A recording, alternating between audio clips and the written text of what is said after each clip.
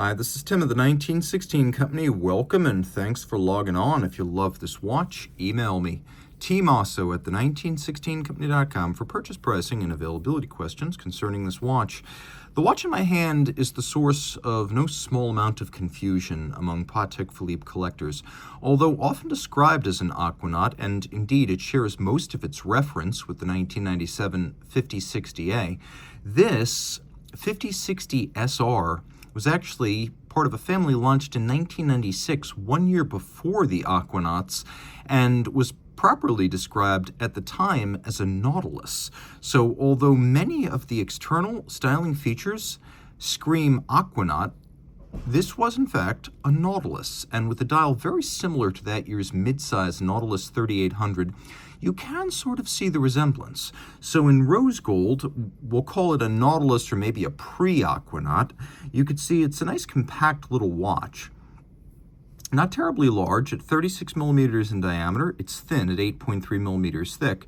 And then from lug tip to lug tip, it's only 41.6 millimeters with a 19 millimeter spacing between the lugs, which is to say by 2025 standards, this is very much a unisex option. Now the strap is not broken in, so it's stiff and I'm pulling it tight, but this would wear well on a wrist as small as 13.5 centimeters circumference. My wrist is 16 and it's compact. It looks good. Proportionally, it looks good. It looks elegant, but I could wear this on a much smaller wrist and it will fit easily underneath any kind of a dress cuff. The strap obviously is much newer than the watch. We have large rectangular scale alligator leather. It is black semi-gloss. It's got a little bit of bolstering or stuffing to give it volume, monotone stitch, sheer cut side, lacquered for refinement, calfskin underside, no crimping, no gouging. And you can see that it features a simple spade-style Patek Philippe pin buckle. Rolling around the case, you really can see that the case is more Aquanaut than Nautilus, although again, this is not technically an Aquanaut. Satin, polish, both are represented.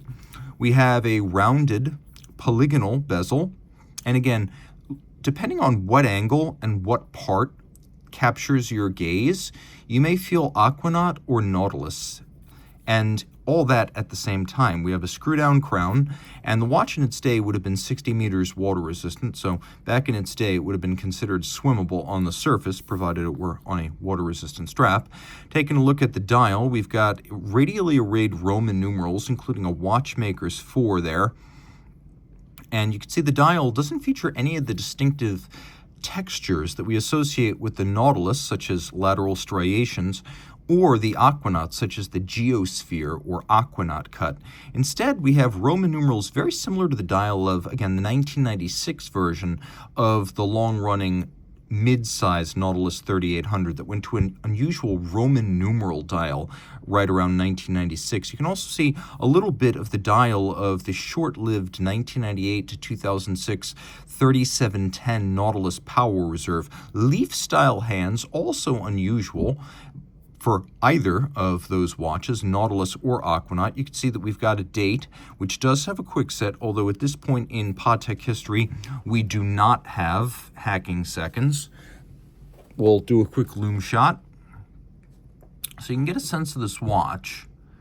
And although it does dim a little bit as the lights turn off, you can see that this is a Luminova dial, as the reference, despite its mid-90s inception, continued to be produced into the early 2000s and the Luminova era of Patek Philippe watchmaking. Also, you can see that some of the Roman numerals are a little bit broken in the dark. That's characteristic of these dials in all their forms, because not the entirety of each numeral is luminescent, particularly if you look over at Roman numeral 9 and Roman numeral 11 and 12. Anything that has an X is a little bit cropped in the dark, which is one of the quirks of these. But the hands and the numerals themselves are all solid gold for long-wearing durability that will not oxidize or tarnish. Screwed-in case back, we've got an unusual movement that we don't see too often under display case backs, which is caliber 330. SC for central seconds and calendar. Again, it does have a quick set. It does not have hacking. It's a 3 hertz beat rate. It is a 30 joule movement adjusted in a chronometer and high horology standard, 5 positions. Free sprung gyromax style balance that takes a precise adjustment more easily than a imprecise mobile index. And it also has good shock-resistant qualities, since those eccentric screws on the balance that perform the regulation can't really be moved by concussion or shock. We have the Geneva hallmark on the bridge for the tail end of the drivetrain, and it does conform to the codes of the Geneva seal. 27 millimeters in diameter. It's actually nicely sized for a watch of this dimension, and it has a 45 to 48 hour automatic winding power reserve.